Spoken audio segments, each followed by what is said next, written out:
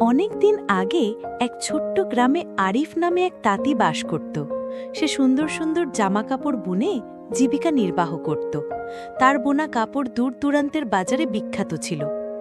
একদিন এক ধনী ব্যবসায়ী এসে বলল, আরিফ, তুমি যদি আমার জন্য 1 মাসে 50টা শাড়ি বুনে দাও, আমি তোমাকে মোটা অগ্রিম টাকা দেব।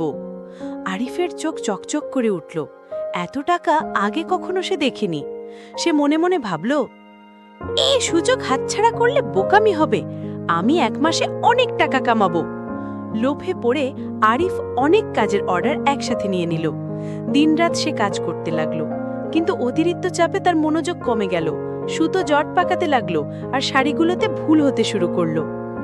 1 মাস শেষে ব্যবসায়ী এসে শাড়িগুলো দেখে রেগে গেল, কারণ সব শাড়ি ছিল ত্রুটিপূর্ণ।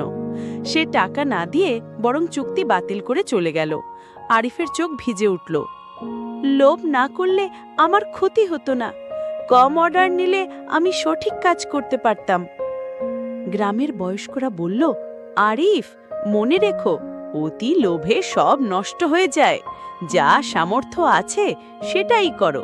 অতিরিক্ত চাইলে শেষে হাত শূন্যই ফেরতে হয়। বন্ধুরা, অতিরিক্ত লোভ শেষ পর্যন্ত ক্ষতির কারণ হয়। সততা আর পরিশ্রমী জীবনের প্রকৃত সম্পদ।